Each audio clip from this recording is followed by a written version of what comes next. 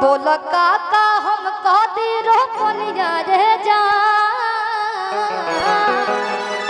अभी सीजन चलता आलू बैगन के और का बोले भंटो के सीजन चलता कि 3 कट्ठा अलुआ 1.5 कट्ठा भंटा। भाव दीजिए भाव कि 3 कट्ठा अलुआ 1.5 कट्ठा भंटा। तू 1 कट्ठा बोती हो अरे धनिया जा कि हम कुछ कुछ खाई चटनिया जा। विश्वास ना करब लो आप लोग, हम खुदे सुबेरे आलू बो के नहीं आलू और गोभी काले किसान के बेटी है और कभी शर्म ना कर काले कि हमनी के जब छोटे पर से कैले बन जा खैले बने जा ई तरह वो सबके प्यार आशीर्वाद हो के जा मंच पे लाके धैले भैया और आजीवन प्यार बनल रहे का एक बार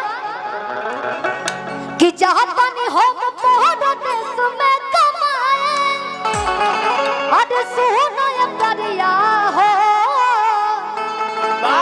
कि जाए के न पड़े बाजार से ले आवे अरे तोड़ तोड़ करिया हो।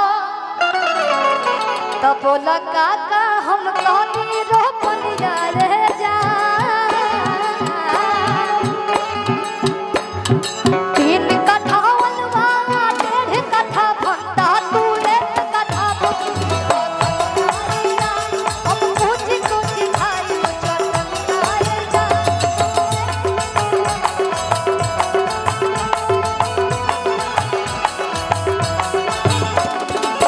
चाहतनी हो मोर देश में कमाए सुनो ये प्यारिया हो चाहे के न पड़े बाजार से ले आवे तोड़ तोड़ करिया हो। बोला काका हम कदी रोपनिया रे जा। 3 कट्ठा अलुआ 1.5 कट्ठा भंटा। तू 1 कट्ठा बोली धनिया रे जा। हम कुछ कुछ खाई चटनिया रे जा। तू 1 कट्ठा बोली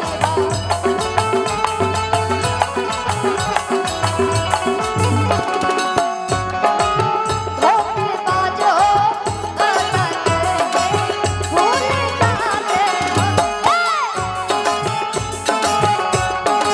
क्या बात है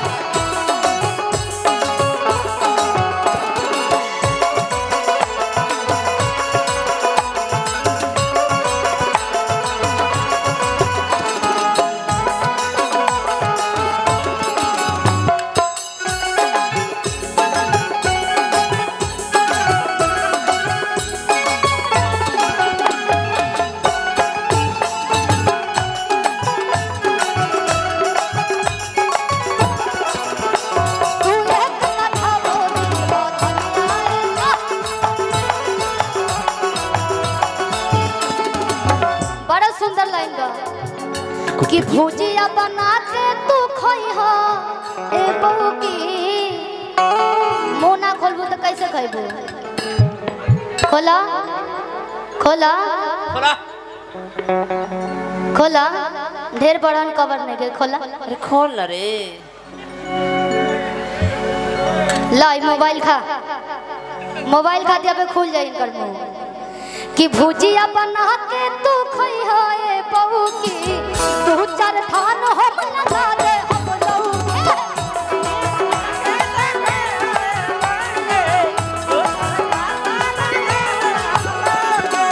घेवन करैली तो रोई हो राजा जाई हो तू हमरा ना कोई हो।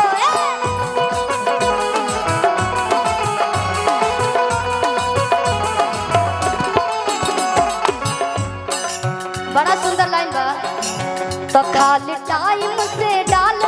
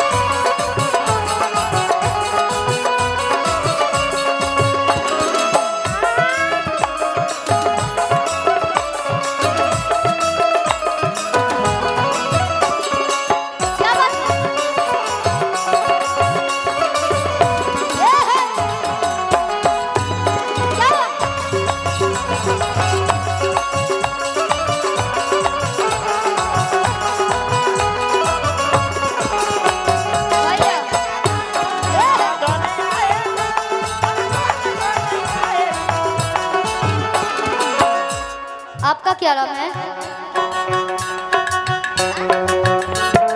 तान्या जी। तान्या जी खाना खा के आई हैं? क्या खाई हैं? मैंने कैमरा के सामने सोचा लिट्टी और सब्जी खाने के लिए मिला है। क्या लिट्टी खाई हैं? 2 ठो। गुरुवार था इसलिए लिट्टी सब्जी खाई है, नहीं तो गुरु जी बताइए कि आटा चाउर से तो भरल बघरवा, अरे वो देत बानी मोर चाटा मटरवा।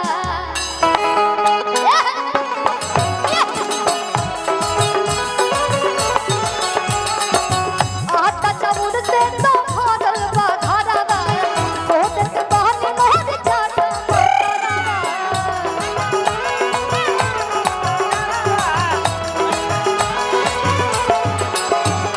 सुनी टाइम टाइम पकोड़े झोरे के देवरा पीछे से लगा दी हवा बोरे के।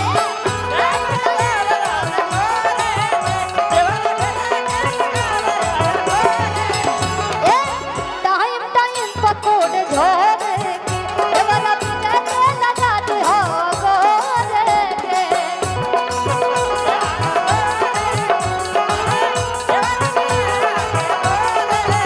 होई पवन ना होई पद सनियाए जा,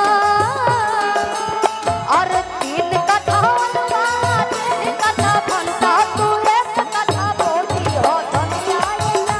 हम कुछ कुछ खाई तो धनियाए जा, तू 1 कथा बोली हो धनियाए जा। हम कुछ कुछ खाई तो धनियाए जा, तू 1 कथा बोली हो धनियाए जा। हम कुछ कुछ